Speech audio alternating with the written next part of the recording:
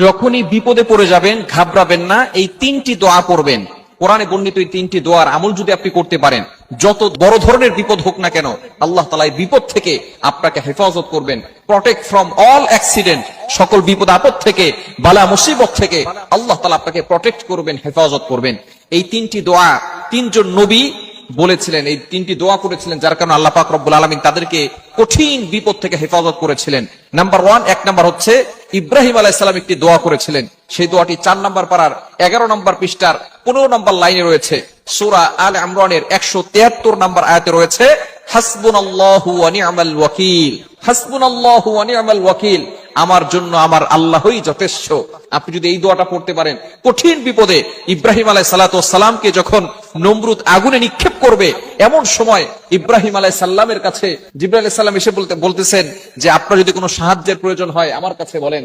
সাথে সাথে ইব্রাহিম আলাইহিস সালাম বললেন যে আল্লাহ আমাকে দুনিয়াতে পাঠিয়েছেন, সেই আল্লাহ কি দেখছেন না আমি বিপদে পড়ে আছি? জিবরাইল আলাইহিস সালাম বলতেছেন হ্যাঁ দেখতেছেন। তখন ইব্রাহিম আলাইহিস সালাম বললেন, সেই আল্লাহ যদি চান আমি মারা যাই, আমি আল্লাহর জন্য একবার দুইবার নয় লক্ষবার এই আগুনে ঝাঁপ দিতে প্রস্তুত রয়েছি। আর ওই আল্লাহ যদি চান আমাকে হেফাজত করবেন, তাহলে দুনিয়ার কারো সাহায্যের প্রয়োজন নেই, আমার আল্লাহ আমাকে হেফাজত করবেন। বলেন সুবহানাল্লাহ। তখন ইব্রাহিম আলাইহিস সালাম এই দোয়াটা পড়েছিলেন, হাসবুনাল্লাহু ওয়া নি'মাল ওয়াকিল, আমার জন্য আমার আল্লাহই যথেষ্ট। আপনি যদি বিপদে পড়ে এই দোয়াটি পড়তে পারেন, হাসবুনাল্লাহু ওয়া নি'মাল ওয়াকিল, সূরা আল ইমরানের 173 নম্বর আয়াত, হাসবুনাল্লাহু ওয়া নি'মাল ওয়াকিল, হাসবুনাল্লাহু ওয়া নি'মাল ওয়াকিল, এতটুকু যদি পড়তে পারেন আল্লাহ তাআলা কঠিন থেকে কঠিন বিপদ থেকে আপনাকে হেফাজত করবেন। নাম্বার 2, দ্বিতীয় নাম্বার দোয়া হচ্ছে নূহ আলাইহিস সালাম এই দোয়াটি পড়েছিলেন, সূরা কমারের 10 নম্বর আয়াতে রয়েছে, রব্বি ইন্নী মাগলুবুন ফান্তাসির, রব্বাহু আন্নী মাগলুবুন ফান্তাসির। নূহ আলাইহিস সালাম এই দোয়াটা করেছিলেন, রব্বি ইন্নী মাগলুবুন ফান্তাসির। আপনি আপনার রবের কাছে সাহায্য প্রার্থনা করছেন। আপনি যদি আপনার রবের কাছে সাহায্য প্রার্থনা করেন, আল্লাহ পাক রব্বুল আলামিন অবশ্যই আপনাকে কঠিন থেকে কঠিন বিপদ থেকে হেফাজত করবেন।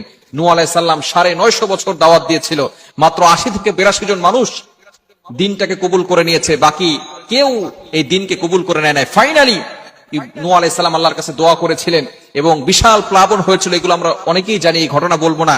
আল্লাহ পাক রব্বুল আলামিন নূহ আলাইহিস সালামকে হেফাজত করেছিলেন। আল্লাহ পাক রব্বুল আলামিনের কাছে নূহ আলাইহিস সালাম এই দোয়াটা করেছিলেন, এইজন্য এই দোয়াটা পড়বেন, রব্বি ইন্নী মাগলুবুন ফান্তাসির।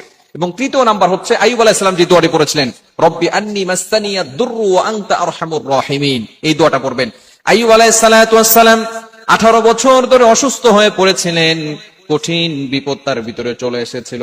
আইয়ুব আলাইহিস সালাতু ওয়াস সালাম ফাইনালি 18 বছর পরে তিনি আল্লাহর কাছে কোনো অভিযোগ করেন নাই, দোয়া করেছেন, রব্বি ইন্নী মাসসানিয়াদ দুররু ওয়া আনতা আরহামুর রাহিমিন। সূরা আম্বিয়া এর